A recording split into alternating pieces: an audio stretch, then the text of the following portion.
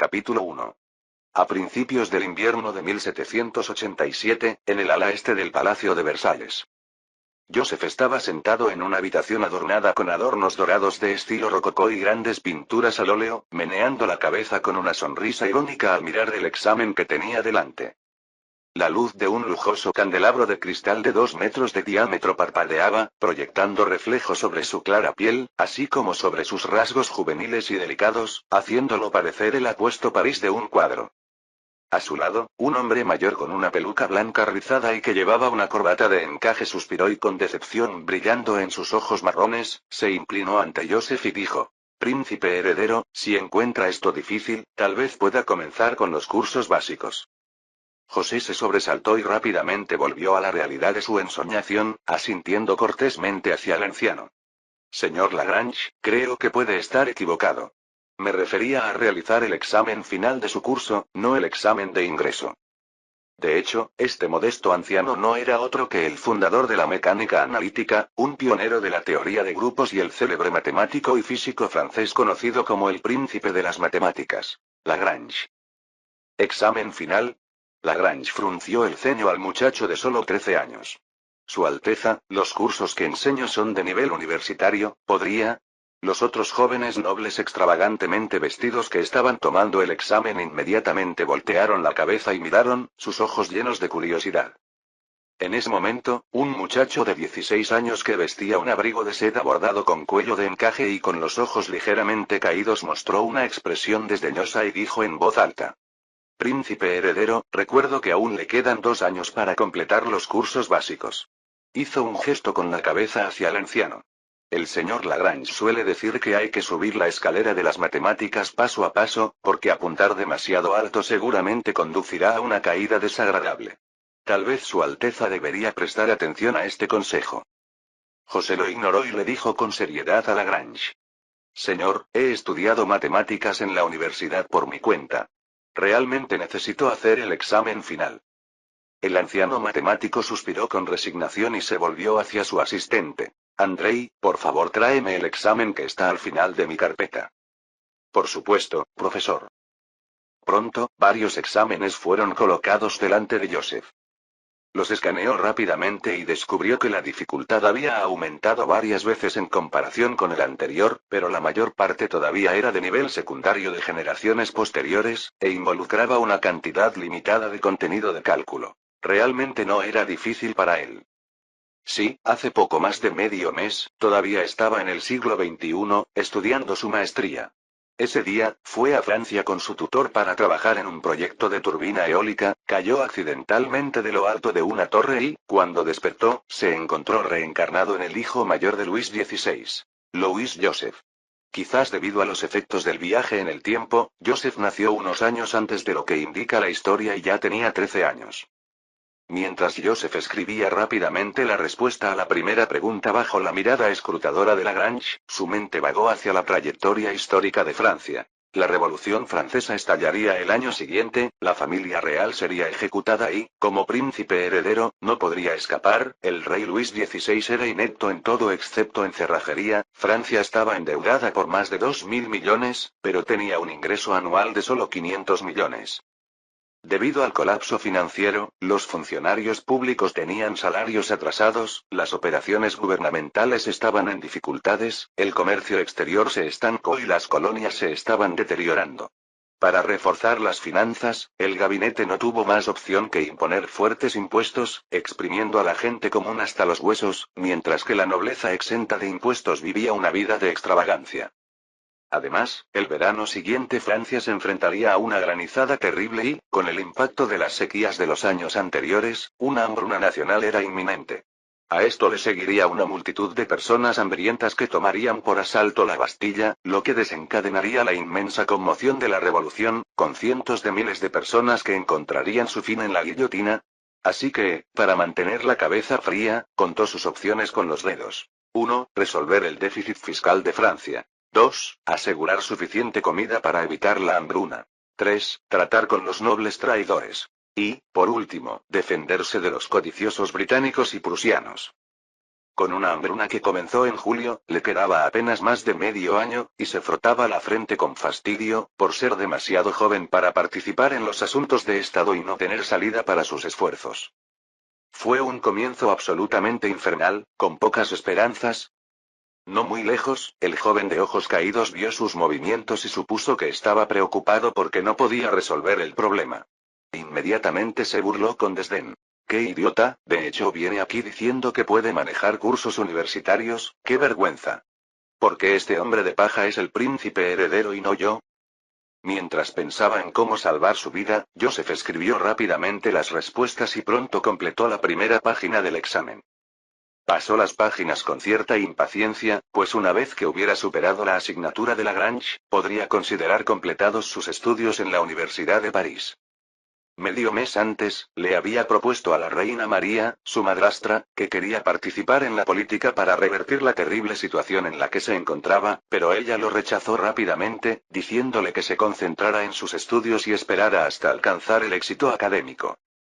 Entonces tuvo que llegar a un acuerdo con la reina para que, después de terminar sus cursos en la Universidad de París, se incorporara formalmente a la escena política. Por supuesto, con su nivel de conocimiento en esa época, era un prodigio del estudio entre los aviones de combate. En el último medio mes, ya había aprobado la mayoría de las materias, y eso se debía a que tenía que recordar conocimientos incorrectos que retrasaban su tiempo. Muchas verdades ampliamente aceptadas en esa época eran en realidad errores. Lagrange, mirando el bolígrafo del príncipe heredero volar sobre el papel, dejó de prestar atención a los otros estudiantes y sus ojos se abrieron cada vez más. Se trataba de un trabajo que debía completarse con 5 años de estudio en la Universidad de París, pero el príncipe heredero respondió sin esfuerzo, con pensamientos claros y sin un solo error. Tenía solo 13 años y era autodidacta. El corazón de Lagrange se estremeció violentamente. ¿Podría ser que hubiera nacido otro Leibniz? De repente, Lagrange miró a su asistente y entrecerró los ojos, preguntándose si André le había filtrado las preguntas del examen al príncipe heredero. Después de todo, la actuación del príncipe heredero era demasiado inusual, considerando que un superprodigio como Leibniz había comenzado a asistir a la universidad a los 14 años.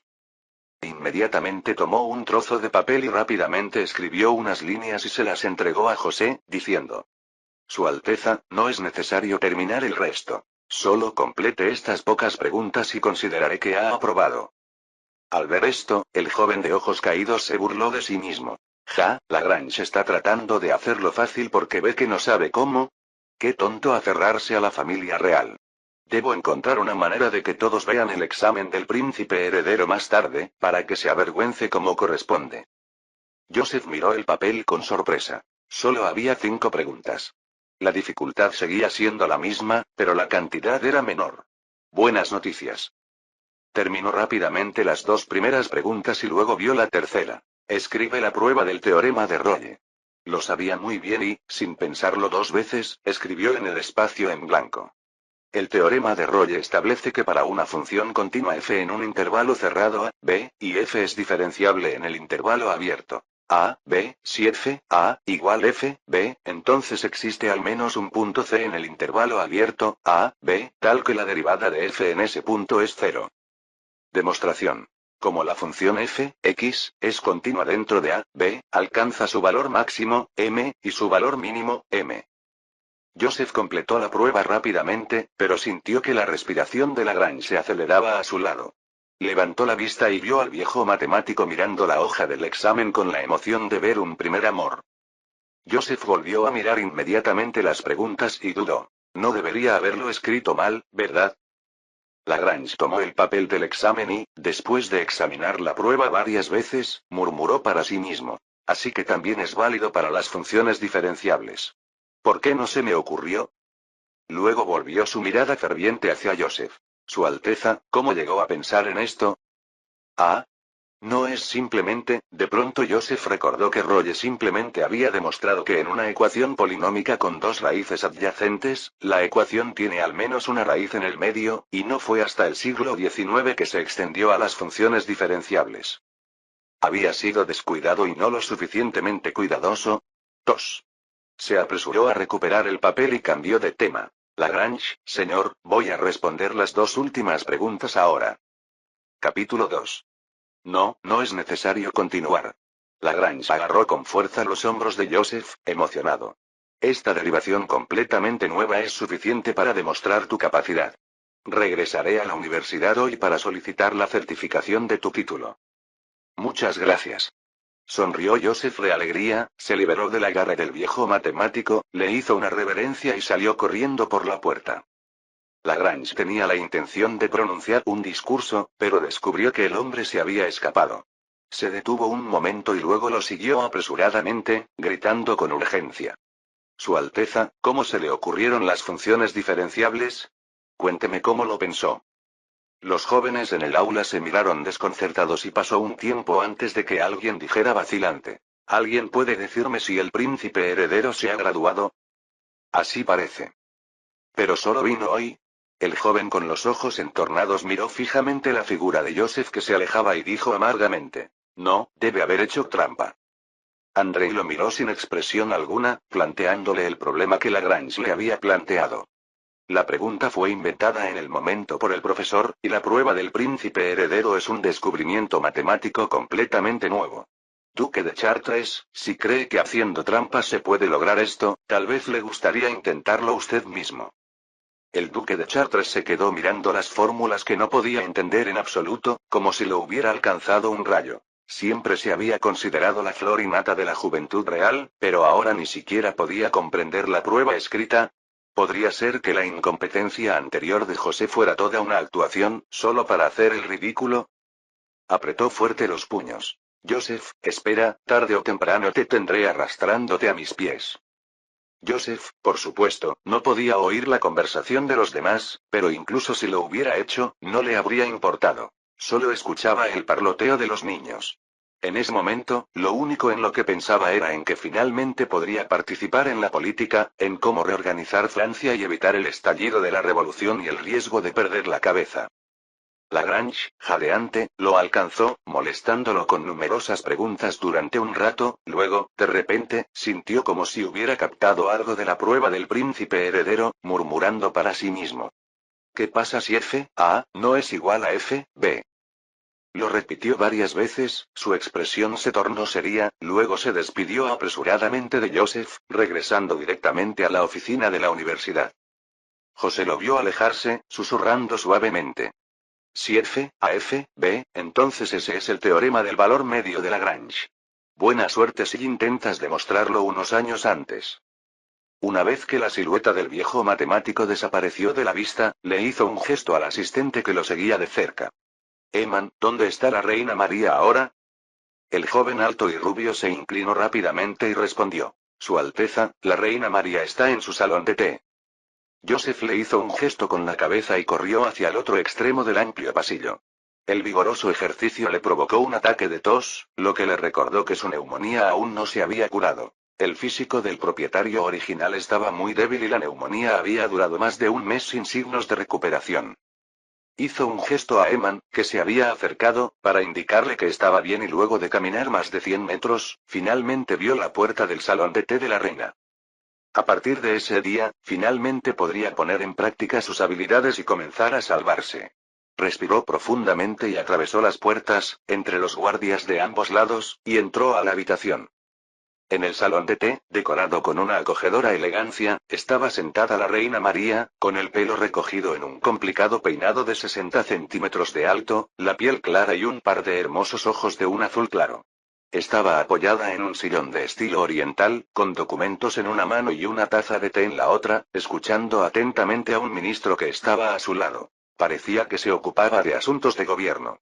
Como Luis XVI pasaba sus días en un taller de fabricación de cerraduras, la mayor parte del tiempo era la reina María quien gobernaba. José suspiró para sus adentros. Luis XVI fue uno de los pocos gobernantes benévolos de la historia de Francia, pero había heredado una nación profundamente atribulada. Su ineptitud para gobernar y su obsesión por la fabricación de cerraduras acabaron llevando al pueblo a tal desesperación que estalló la revolución. Si hubiera sido una época más pacífica y próspera, Luis XVI habría sido un rey querido y bueno. De hecho, José tenía una impresión bastante buena de él y, de ser posible, hubiera querido salvarlo. Entonces se oyó la voz del oficial ceremonial. El príncipe heredero ha llegado.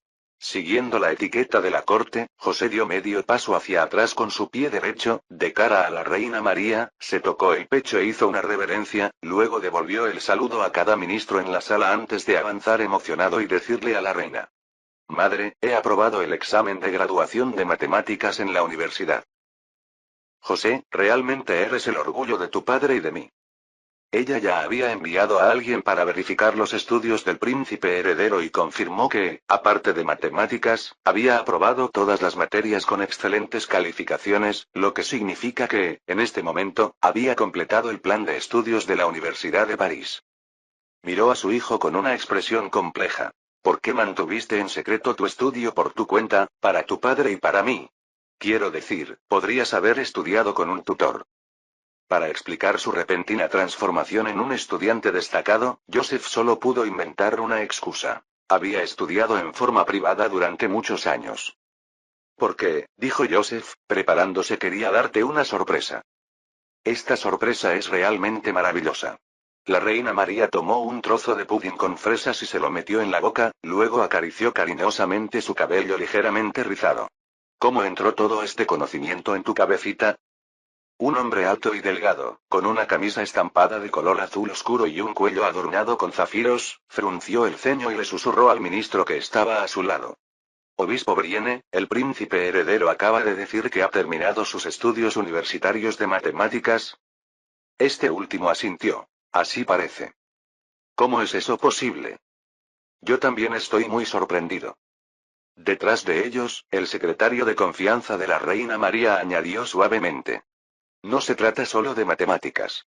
Su Alteza ha completado más de una docena de cursos en la Universidad de París, incluidos física, química, matemáticas, geometría, inglés y más.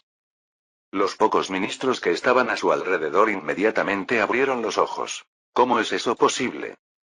Lo recuerdo, ¿no tiene el príncipe heredero solo 13 años? Es simplemente increíble. De hecho, suspiró el secretario, todos aquellos maestros que una vez enseñaron a su Alteza lo llamaban el niño del favor divino. ¿El niño del favor divino? Jaja. Con un heredero tan genial, Francia brillará aún más. En verdad, el cielo bendice a Francia. José ignoró los halagos de los ministros y con entusiasmo se apartó de la mano de la reina María, diciéndole: Su Majestad la Reina, según nuestro acuerdo, ahora puedo participar en los asuntos gubernamentales, ¿verdad? La reina María asintió con indulgencia. De hecho, mi hijo genio. Ah, por cierto, te sugiero que empieces en el Ayuntamiento de París para adquirir algo de experiencia. José frunció el ceño. Tenía que reformar Francia. Evitar de raíz que los ciudadanos enfurecidos masacraran a toda la familia real. ¿Qué podía hacer en el ayuntamiento? ¿Gestionar el transporte urbano o el tratamiento de las aguas residuales? Había visto muchos documentales sobre la Revolución Francesa antes y sabía que el problema central de Francia en ese momento era las finanzas. El colapso de la administración, la incapacidad de proporcionar ayuda durante los desastres, los corazones disidentes de los nobles, etc., fueron todos desencadenados por el colapso financiero. Por lo tanto, para reformar Francia, hay que reformar primero sus finanzas. José miró hacia la reina María y se aventuró a decir: Creo que tal vez el ministro de Finanzas sería más adecuado para mí. La reina María sonrió amablemente al oír esto.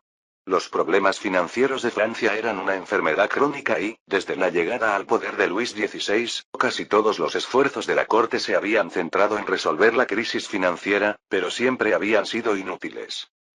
Un muchacho de 13 años, incluso si era el niño del favor divino, ¿cómo podría soportar una carga tan pesada? Ella dejó de sonreír, pensó por un momento y dijo: Joseph, si te interesan las finanzas, puedes empezar en la oficina de impuestos de París. Joseph sabía que eso significaba que ella no creía en su habilidad, pero era normal. Después de todo, su cuerpo solo tenía 13 años. No tuvo más opción que pedir lo siguiente mejor. Entonces, ¿me dejaría ser el asistente del ministro de Finanzas?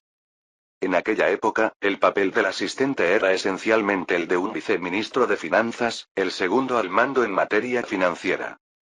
Capítulo 3. Esta vez, la reina María aún no había hablado cuando el hombre alto y delgado de mirada fría de repente tosió secamente y dio medio paso adelante, diciendo: Su Majestad la Reina, parece que mencionó que permitiría al príncipe heredero participar en el gobierno. La reina María giró la cabeza y su tono era tranquilo. Sí, Duque de Orleans, el príncipe heredero y yo acordamos que si completa sus cursos universitarios, podrá participar en los asuntos de la nación. La mirada del Duque de Orleans se agudizó mientras pensaba. El príncipe heredero siempre ha sido mediocre, ¿por qué de repente se ha vuelto tan formidable? ¿Podría ser que haya estado fingiendo todo el tiempo? ¿Pero por qué haría eso, y ahora, revelando su fuerza de repente, qué está tramando? Sea como fuere, tras años de manipulación por su parte, el prestigio de la familia real había decaído considerablemente y su posición era cada vez más inestable. Si de repente apareciera un príncipe heredero genio, sin duda reforzaría la confianza de la corte y del público en la familia real. Esto era muy desfavorable para sus planes. Tenía que encontrar una forma de detenerlo. Con este pensamiento en su mente, inmediatamente habló en voz alta. Su Majestad la Reina, el príncipe heredero aún es joven y le falta experiencia en el gobierno. Creo que sería más apropiado seleccionar a un ministro experimentado para que le enseñe los conocimientos de administración durante unos años antes de que participe en el gobierno. La reina María frunció el ceño ligeramente. El duque de Orleans tenía algo de sentido. Aunque el príncipe heredero tenía un talento extraordinario, después de todo solo tenía 13 años. Si metía la pata en los asuntos de Estado, eso podría afectar negativamente a su reputación. Miró a su hijo y le sugirió gentilmente. José, tal vez podrías estudiar un rato más. Joseph miró al duque de Orleans. Como transmigrante, conocía muy bien los orígenes de aquel hombre. Luis Felipe, pariente de Luis XVI. Todos creían que era leal y patriota, pero, en realidad, había estado trabajando para derrocar al linaje del rey y ascender al trono él mismo desde la época de su padre. Tras el éxito de la Revolución Francesa, cuando el partido girondino votó sobre la ejecución del rey, el duque de Orleans no dudó en emitir su voto a favor. Finalmente, Luis XVI fue condenado a muerte por 301 votos a favor y 300 en contra. Podría decirse que fue su voto decisivo el que envió a Luis XVI a la guillotina. José no esperaba que saltara tan apresuradamente y, sin ceder, replicó. Su Majestad la Reina, Juana de Arco derrotó al ejército británico a la misma edad que yo. Ella demostró su valía con sus acciones. Por favor, crea en mi habilidad y deme la oportunidad de demostrar mi valía. El duque de Orleans habló con peso y solemnidad. Alteza, los asuntos de Estado son de gran importancia. No se trata solo de tener confianza. José no tuvo paciencia con él y, haciendo un gesto firme con la mano, dijo. Duque de Orleans, este es un acuerdo entre Su Majestad la Reina y yo, por favor no interrumpa. Luego miró hacia la reina. Madre, yo también puedo aprender siendo asistente del obispo Brienne, ¿no? Los ministros del gabinete estaban desconcertados, no esperaban que el joven príncipe heredero tuviera el coraje de enfrentarse cara a cara al duque de Orleans. Sabían que incluso el primer ministro tenía que discutir con él. El duque de Orleans no esperaba que José se mostrase tan despectivo. Perplejo durante un largo rato antes de recobrar la compostura, alzó la voz indignado. Las finanzas son el sustento de Francia y un joven inexperto no puede en ningún caso interferir en ellas. Muchos ministros a su alrededor asintieron y estuvieron de acuerdo. Al ver esto, la reina María miró al príncipe heredero, que permaneció de pie con expresión firme y finalmente se comprometió. Joseph, primero aceptarás un puesto en el ayuntamiento de París. Si te va bien, hablaremos sobre la posibilidad de que te dejen involucrarte en el área de finanzas. Joseph echó un vistazo a los 7 u 8 ministros presentes, sabiendo que con ellos allí, sería difícil para la reina darle luz verde. Parecía que tendría que esperar en el ayuntamiento de París por el momento, así que asintió. Sí, Su Majestad la Reina. El duque de Orleans todavía quería agitar las cosas, dio un paso adelante y dijo. Su Majestad la Reina, el príncipe heredero primero debería aprender. Está decidido. La reina María levantó la mano y lo interrumpió, mirando a Brienne. Por favor, continúe con el asunto de la reforma fiscal. Joseph se sentó a un lado, después de haber escuchado la reunión del gabinete y haber adquirido una comprensión más profunda de la terrible situación financiera de Francia. La conversación giró en un 90% sobre dinero. Para ser precisos, se trataba de no tener dinero. Al final de la reunión, la reina María insistió en recompensarlo. Lo arrastró a través de una degustación de una amplia gama de postres, hasta que le dolió la garganta de tanto atiborrarse de pasteles, pudines y macarons exquisitamente elaborados y de una gran variedad de colores, y finalmente obtuvo su libertad. Con profundos pensamientos, José salió del salón de té y de repente pensó que tal vez podría seguir los pasos de Luis XVI. A su llegada al dormitorio del rey, le informaron que Luis XVI estaba ocupado con un proyecto histórico, habiendo pasado los últimos 3 días comiendo y durmiendo en el taller de cerrajería sin salir. José sintió que una ola de cansancio lo invadía. Con un padre así, ¿cómo no preocuparse por terminar en la guillotina? Olvídalo, especuló que el absorto Luis XVI probablemente lo enviaría a buscar a la reina María, como un boomerang, sonrió amargamente, sacudió la cabeza y se volvió para darle instrucciones a Eman. Por favor, prepara el carruaje. Iremos directamente al Ayuntamiento de París. Sí, Su Alteza. Cuando José salió de la entrada principal del Palacio de Versalles, vio más de 10 carruajes detenidos en el patio de mármol frente a él, con 60 a 70 personas de pie respetuosamente a los costados. No pudo evitar sacudir la cabeza con la mano en la frente. Reconoció a la mayoría de estas personas. Eran los asistentes personales del príncipe heredero, incluidos esteticistas, cocineros, sastres y más, todos aparentemente preparados para acompañarlo, de ahí la necesidad de tantos carruajes.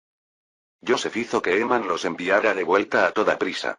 Llevar a esta multitud al ayuntamiento seguramente causaría caos, ¿no? Luego, miró el carruaje real de plata estacionado frente a él. Su elegante diseño y los intrincados relieves que cubrían su superficie, adornados con filigranas de oro en las esquinas, exudaban puro lujo. Después de pensarlo un momento, se dio la vuelta y subió a un carruaje común y corriente utilizado por los asistentes. Viajar en un carruaje real significaría que no habría paz en el camino. Pronto, 3 carruajes de color gris oscuro salieron de la plaza del Palacio de Versalles y se dirigieron hacia el este. El Palacio de Versalles se encontraba al oeste de París, a más de 3 horas de viaje de la ciudad. Dentro del carruaje, Joseph bostezaba sin fuerzas. Sus ojos captaron una pila de documentos sobre un soporte de madera frente a él, así que los recogió y comenzó a hojearlos, descubriendo que se trataba de información sobre el Ayuntamiento de París. Miró a Eman sentado frente a él. El hombre inmediatamente sonrió, presionó una mano sobre su pecho y se inclinó, habiendo preparado claramente todo. Ser mayordomo jefe del príncipe heredero requiere una perspicacia excepcional, algo con lo que no cualquier plebeyo podría compararse. Joseph sonrió y asintió con la cabeza, luego comenzó a revisar la información detallada que tenía a mano, que cubría todo, desde la estructura organizativa y las funciones del ayuntamiento hasta sus operaciones diarias. Cuando Joseph pasó a la tercera página, vio que entre los departamentos subordinados del ayuntamiento se encontraba, efectivamente, el departamento de policía. Continuó leyendo con entusiasmo y confirmó que la policía de París estaba enteramente bajo la jurisdicción del ayuntamiento, sus ojos se iluminaron ante el descubrimiento. Parecía que aceptar un puesto en el ayuntamiento no sería una pérdida de tiempo. Al menos, podría reorganizar la fuerza policial de París. Para las clases bajas de Francia, la anarquía era la segunda peor pesadilla después de los impuestos agobiantes. Los robos y los asaltos en la calle eran la menor de las preocupaciones, con frecuentes allanamientos, asesinatos y secuestros. Por no hablar de los pandilleros que oprimían y explotaban a los ciudadanos de París, una importante lacra para la ciudad. En aquella época, no se había establecido en Europa un sistema policial moderno. La aplicación de la ley dependía de la autodefensa de la comunidad y era casi imposible resolver los crímenes. La delincuencia estaba muy extendida y la población en general vivía con un temor constante por su seguridad.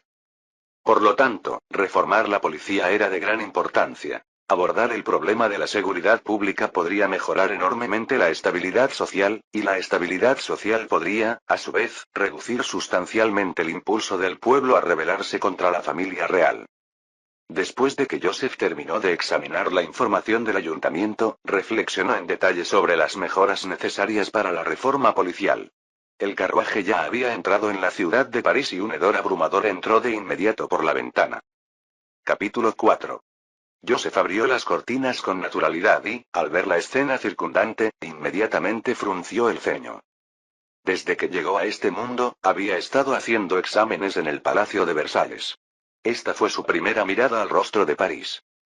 Nada que ver con la metrópolis más próspera de Europa que había imaginado. Los edificios estaban sucios y eran viejos, las calles estaban llenas de barro, aguas residuales e incluso excrementos. El hedor provenía de allí.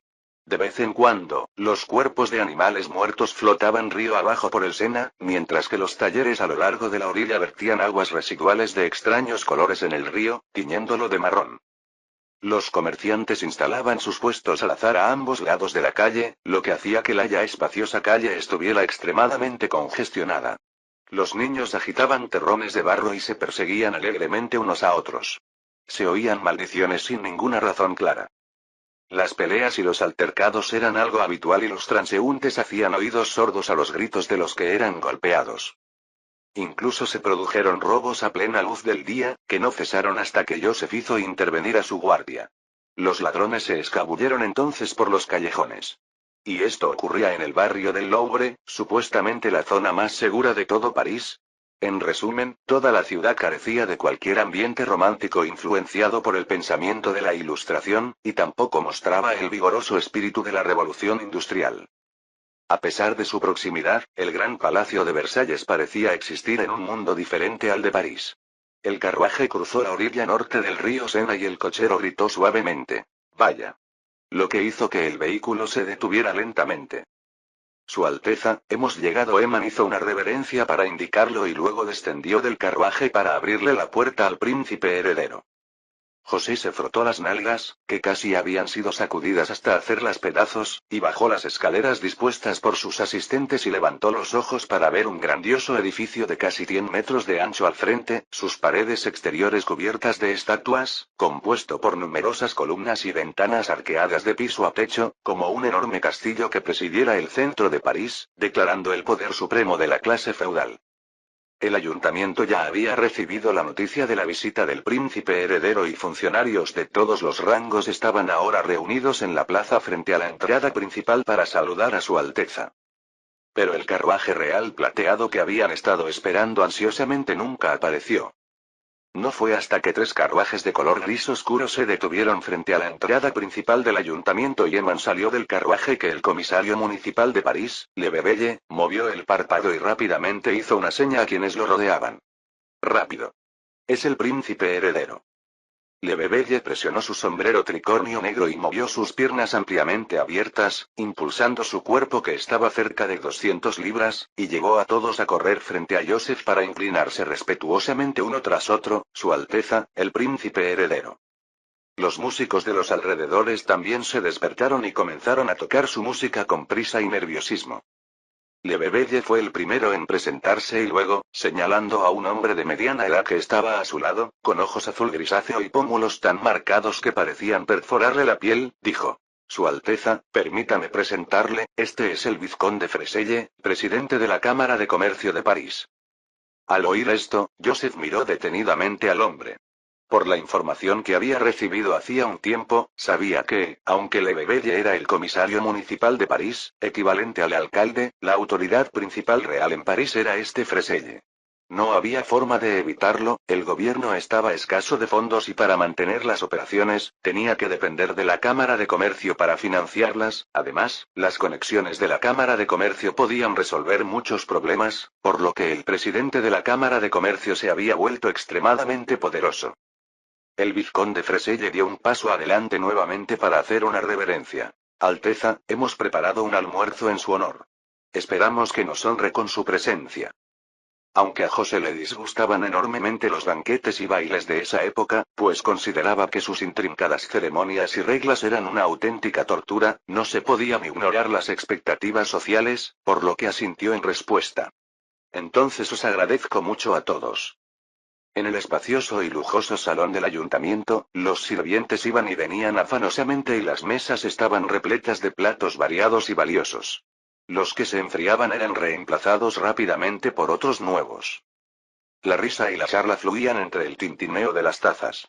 Joseph respondía a los interminables halagos de los funcionarios, pero sus pensamientos estaban preocupados por el tema de la reforma policial. «¿Su Alteza piensa involucrarse en la gestión de la policía?».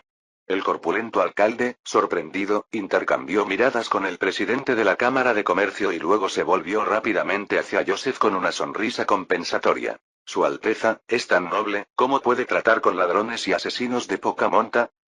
El presidente de la Cámara de Comercio asintió rápidamente en señal de acuerdo. Exactamente, y el departamento de policía está agobiado por muchos asuntos triviales, que son increíblemente tediosos. Su corazón estaba lleno de quejas. Dios mío, se suponía que estabas aquí solo por un poco de oro, pero por favor no te lo tomes tan en serio. Si el sistema policial se ve sumido en el caos, ¿no estallarán disturbios en París? José se sintió un tanto impotente mientras se encontraba envuelto en una discusión de ida y vuelta con los dos hombres cuando de repente se escuchó una voz aguda de mujer desde afuera del ayuntamiento. No. Es imposible que Lenot se haya suicidado. Debes atrapar al asesino. Su voz se tornó estridente en un momento y melodiosa en el siguiente. Lenot estaba muy alegre y nos íbamos a casar el mes que viene. ¿Cómo pudo suicidarse? El caso no se puede cerrar. ¿El asesino sigue en libertad?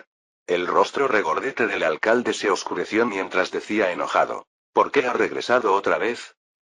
Fresella inmediatamente hizo un gesto vigoroso al guardia. Sáquenla de aquí. ¿No ven quién está aquí hoy?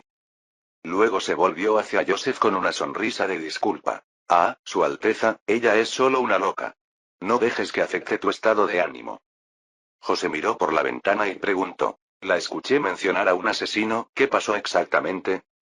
El alcalde Lebebelle respondió apresuradamente. Hace un mes, su prometido, es decir, el vizconde Lenot, se suicidó tragándose su espada. Oh, el caso está claro, no hay absolutamente ningún problema, pero parece que esta mujer se ha vuelto loca, insistiendo en que fue un asesinato. Ha sido tan disruptiva que tuvimos que prohibirle la entrada al ayuntamiento, pero cada pocos días vuelve a gritar afuera. A José le pareció extraño y comentó. ¿Tragarse la espada para suicidarse? El hombre delgado sentado a la derecha de Lebebelle señaló su pecho. Su Alteza, es cuando uno apoya la empuñadura de la espada en el suelo, coloca la punta en la boca y luego empuja hacia abajo, clavándose la espada en la nuca. Es un método común de suicidio. Joseph recordó que el alcalde rechoncho acababa de presentarlo. Era el vizconde Gizo, director de los servicios policiales, el funcionario de mayor rango en la aplicación de la ley en París. Gizo, viendo que el príncipe heredero parecía interesado, contó con entusiasmo la historia. Hace más de un mes, por la tarde, un sirviente del vizconde Lenot vino a informar de la muerte de su amo en su propio dormitorio. Envié gente a investigar y descubrimos que se había suicidado tragándose su espada. Joseph frunció el ceño. ¿Cómo puedes estar seguro de que fue un suicidio? ¿Había una nota de suicidio o había mostrado signos de cansancio del mundo antes? No hubo nada de eso, dijo Gizo, pero Lenot usó su propia espada y no faltaron objetos de valor. No había señales de lucha en la habitación y no tenía otras heridas en el cuerpo. Debe comprender, Alteza, que Lenot había luchado en guerras en los Estados Unidos, medía más de 1,80 metros y era hábil en el combate cuerpo a cuerpo. Si alguien podía introducirse una espada en la boca en un día despejado, sin dejarle un rasguño, esa persona era él mismo. Con más de 1,9 metros, 6 pies era realmente una altura bastante imponente. Joseph entrecerró los ojos ligeramente. Había visto métodos de asesinato similares muchas veces en las novelas policiales. Sin señales ni una nota de suicidio, solo la policía inexperta y aislada del siglo XVIII determinaría de manera burda un caso como ese como suicidio. Miró a Gizo y dijo, no, hay otro tipo de persona que podría hacerlo. Su Alteza debe estar bromeando, dijo el alcalde regordete riendo, agitando la mano. ¿Quiere decir que esa persona podría usar magia? José habló con calma. No, solo necesita saber cómo tratar los dientes. ¿Para tratar los dientes, te refieres a un dentista? Sí, un dentista. La gente alrededor de repente quedó atónita, imágenes formándose en sus mentes. Lenot, abriendo obedientemente su boca ante la orden del dentista, luego el dentista cubriéndole los ojos con el paño blanco usado durante las operaciones, dándose la vuelta para sacar la espada que colgaba en la pared y clavándola sin esfuerzo en la boca de Lenot, con sangre brotando instantáneamente. Nota. En la Europa del siglo XVIII, la esgrima se consideraba una técnica rápida y ágil, lo que hacía que la nobleza llevara espadas finas y ligeras, lo que dificultaba cortarse la garganta, por lo que a menudo recurrían al método de tragarse la espada para morir. Además, esta forma de quitarse la vida permitía a la persona mantener una postura de oración de rodillas después de la muerte, lo que la hacía aún más favorecida por la nobleza. Capítulo 5. Gizo fue el primero en reaccionar, convocó a un subordinado que estaba sentado en el otro extremo de la mesa del banquete y le dio instrucciones.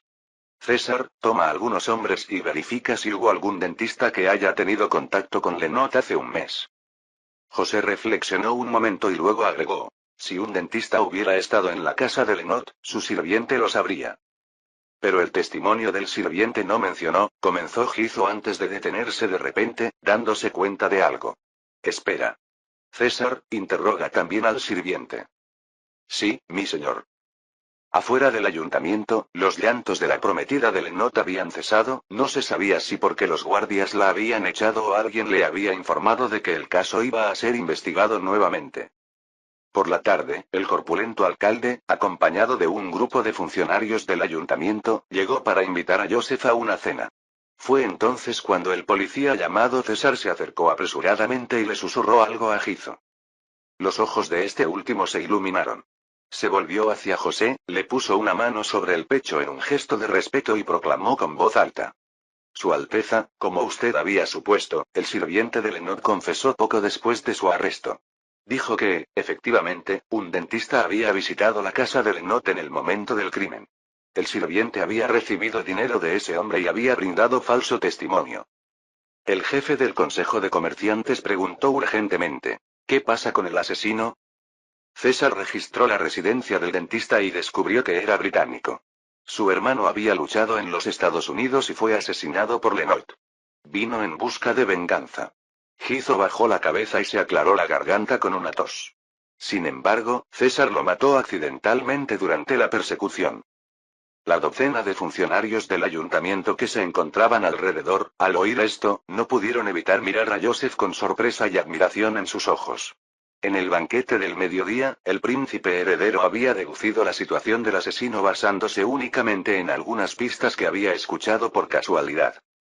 Y ahora, la investigación policial coincidió casi perfectamente con su predicción. El corpulento alcalde inmediatamente exclamó en voz alta en alabanza: gracias a Dios por el juicio sabio y perspicaz del príncipe heredero, o el asesino podría haber eludido la justicia. Luego se volvió con una sonrisa hacia los funcionarios que estaban detrás de él y dijo en voz baja: esa mujer finalmente dejará de causar disturbios en el ayuntamiento. Al caer la noche, y por invitación reiterada de Freselle, el jefe del Consejo de Comerciantes, José se alojó en su vida privada.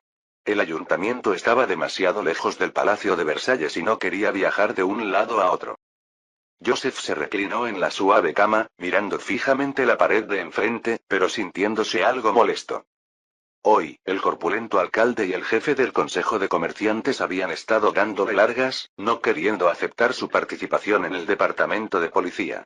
Se dio vuelta, pensando que si mañana no lograba convencerlos, le escribiría a la reina María para pedirle que lo asignara al departamento de policía. Fuera de la habitación, Eman golpeó suavemente la puerta. Su Alteza, ¿ya se ha acostado? Todavía no, entra. Eman entró, presentando respetuosamente una carta a Joseph. Su Alteza, esto fue entregado por el departamento de policía, parece ser de la prometida de la señorita Lenot. Ella. ¿Una carta para mí? Eman habló con un tono solemne. Es decir, ¿ella se quitó la vida por amor esta noche? José sintió una profunda tristeza, pues no esperaba que existiera en el mundo una mujer tan devota. Al desplegar la carta, vio que las primeras líneas estaban llenas de agradecimientos a los agentes de policía como César, seguidas de una expresión de su fuerte deseo de agradecer personalmente al príncipe heredero que había desenmascarado al verdadero culpable, pero debido a la enorme diferencia en su posición social, no pudo reunirse con él y solo pudo mostrar su gratitud de esta manera, llenando una página entera con su agradecimiento. Al final de la carta, escribió que sin Lenot, la vida no tenía ningún atractivo para ella. Ahora que la policía había vengado a Lenot, estaba lista para seguir a su amante en la muerte. Después de su fallecimiento, deseaba legar todas sus propiedades al príncipe heredero y a la jefatura de policía. Joseph quedó un tanto sorprendido por este legado, mientras que Eman añadió suavemente a su lado. Alteza, se dice que la señorita Estelle deja una fortuna de 4.000 libras. ¿Las orillas del río Sencia? El palacio real situado aquí fue antaño un pabellón de caza de Luis XIV y ahora pertenece al duque de Orleans. La familia Orleans sirvió como regente durante el reinado de Luis XV, ejerciendo un inmenso poder y, después de más de 100 años de acumulación, poseía una riqueza comparable a la de la familia real.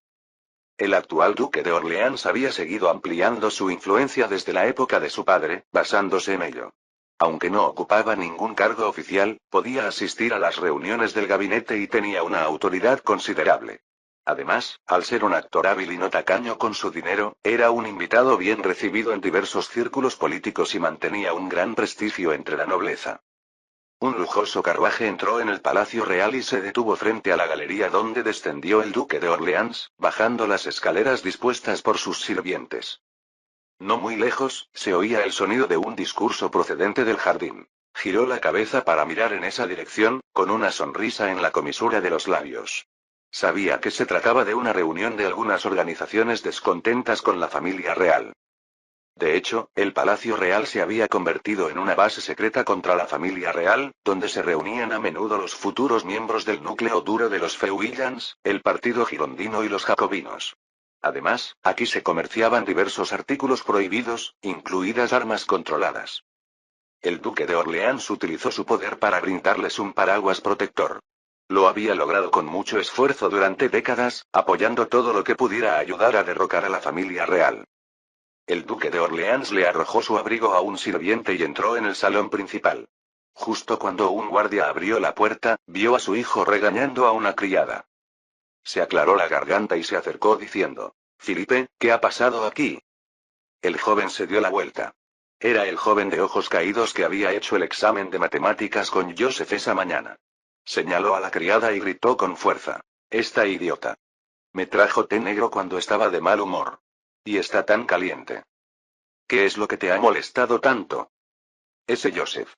Felipe apretó los puños y los dientes. Debe haber hecho trampa. Es imposible que haya estudiado carreras universitarias. El duque de Orleans preguntó por los detalles y frunció el ceño. No esperaba que el príncipe heredero impresionara tanto a un erudito universitario como Lagrange. Después de tantas dificultades con Luis XVI, que carecía de inteligencia, ¿por qué su hijo era tan sobresaliente? Necesitaba reprimir el creciente prestigio del príncipe heredero antes de que derrocar al rey fuera aún más difícil. Consoló a su hijo por un rato antes de que el mayordomo se acercara rápidamente, haciendo una reverencia y diciendo: «Mi señor, el señor Froua solicita una audiencia». «¿Es el confidente de Lebebelle? Que me espere en el estudio». En el despacho, el duque de Orleans leyó la carta que Froua había traído, con una fría sonrisa en sus ojos. Le entregó la carta al mayordomo que estaba a su lado. El príncipe heredero puede tener algo de inteligencia, pero después de todo sigue siendo un niño. Si se relacionara con el ayuntamiento, no tendría forma de tratar con él, pero se ha ofrecido voluntario para participar en la gestión policial. El mayordomo, mirando la carta, chasqueó la lengua y dijo: «París siempre ha sido un lugar de caos, especialmente en los barrios pobres donde los robos y los asesinatos nunca cesan. Incluso aquellos con décadas de experiencia municipal están al borde del abismo. El príncipe heredero realmente está buscando problemas». El duque de Orleans se rió y asintió. «Ya que Joseph tiene tanta confianza, ayudémoslo a hacerse un nombre». Se volvió hacia Froua y le dijo: «Vuelve y dile a Lebebelle que nombre al príncipe heredero como comisionado de policía del distrito de Saint-Antoine». El comisario de policía era un cargo de poder, superado únicamente por el director de servicios policiales, y estaba a cargo de todos los asuntos policiales en uno de los principales distritos de París. En todo París había solo 6 comisarios de policía. Sí, su gracia. Después de que el confidente de Lebebelle se marchara, el duque de Orleans dio instrucciones al mayordomo: «Asegúrese de que el Paris News y el Citizen Daily presten mucha atención a los delitos en el distrito de Saint-Antoine y a la dirección de la policía allí. Deberían mencionar específicamente al encargado de los asuntos policiales, nuestro príncipe heredero». Sí, el mayordomo hizo una reverencia y salió. El duque de Orleans se acercó a la ventana y miró con satisfacción los jardines del Palacio Real en la noche, con una sonrisa burlona formándose en sus labios. Una vez que el distrito de Saint-Antoine se convierta en un caos, veamos cómo la joven austríaca defiende a su hijo. Príncipe heredero. HMPH, pronto serás considerado tan inepto como tu padre a los ojos del pueblo. Por moza austríaca se refería a la reina María, nacida en Austria. Fin del capítulo 5.